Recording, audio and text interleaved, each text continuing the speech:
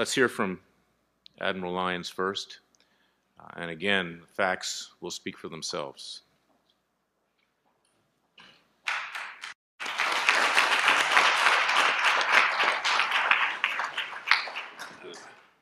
Thank you, Larry. Appreciate you all coming this morning.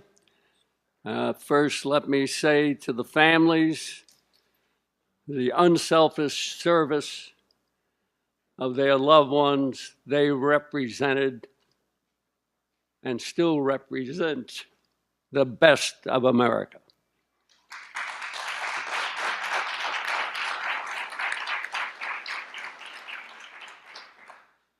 Now, it comes as no surprise that political correctness, regretfully, has infected every level of leadership command in our military today.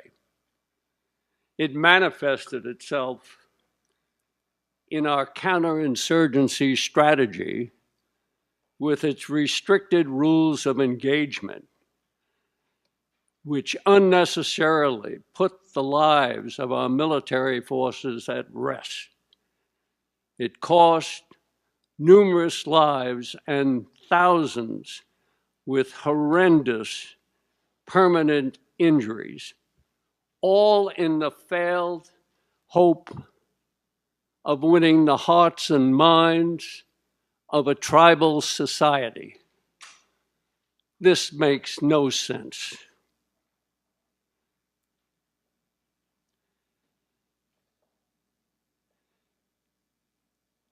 Why and who decided to put 25 elite SEAL Team 6 warriors in a single helicopter?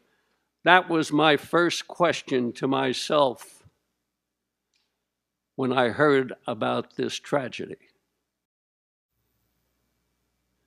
Sending them in with obviously a mission was compromised. As you all know, we had to vet our special operations plans, basically with all the Afghans, that we might as well have turned them over to the Taliban. They knew they were coming. We didn't provide the required suppression fire. That helicopter is made to transport troops and people. It's not made to conduct a special operation in a high-threat area. This was pure dereliction of duty. Somebody needs to be held accountable.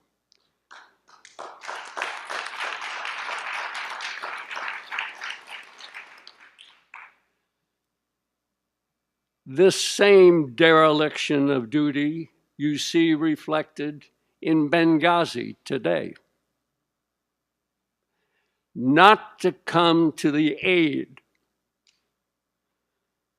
of our diplomats and our personnel who were under attack is un-American. We know, based on well, let me go back a minute. Let me talk about the ROEs, which are mind-boggling when you go through and you examine what they are. You can't fire on the enemy, basically, unless he fires at you first. If you see the enemy walking away from an IED that he just implanted, you can't fire at him. This is nonsense. This cost thousands of lives and injuries. The same way you cannot fire into an area if civilians are present. The enemy knows our ROEs better than we do. They use it to their advantage. And when the press reports about an airstrike we conducted. The part that's left out is how many of the enemy, the Taliban, did they kill? That's never covered.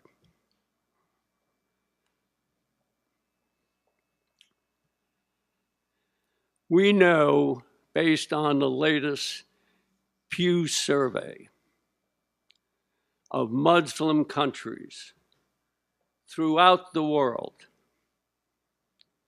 that want Islamic law to be the governing law of their country. They do not want our concept of freedom and democracy.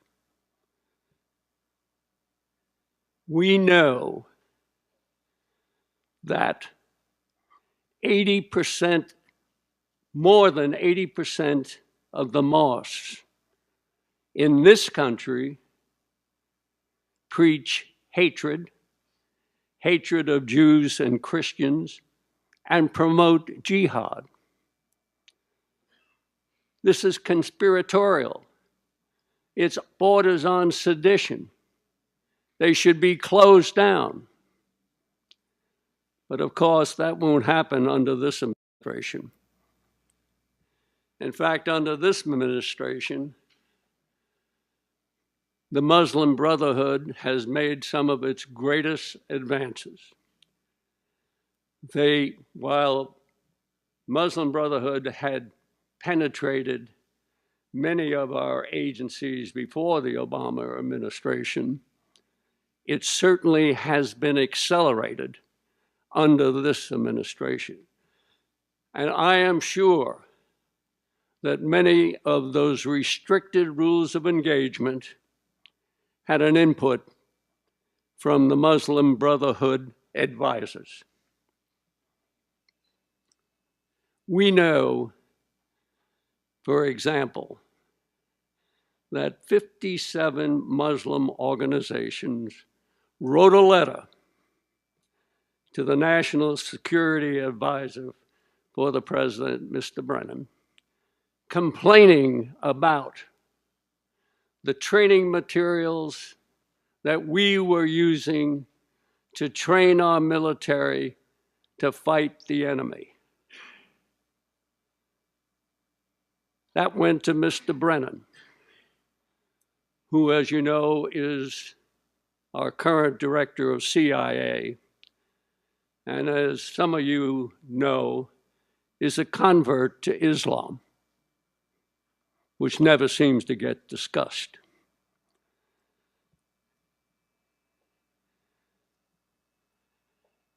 We know that based on that letter, all our training manuals were purged of any reference to Islam and terrorism and jihadists.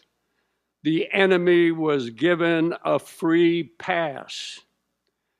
Not only was it purged, our trainers had to be, quote, re-educated, and some were disciplined as demanded by the group of 57 Muslim countries that signed that letter. Now, does this make any sense? This is crazy stuff.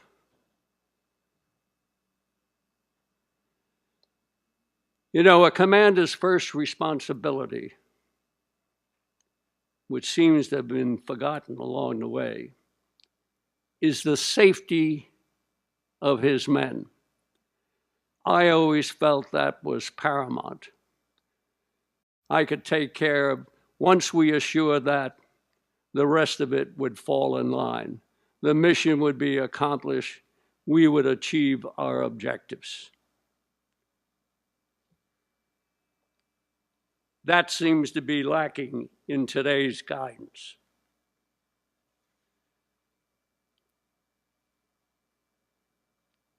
One other point I want to make. You know, based on the Pew report,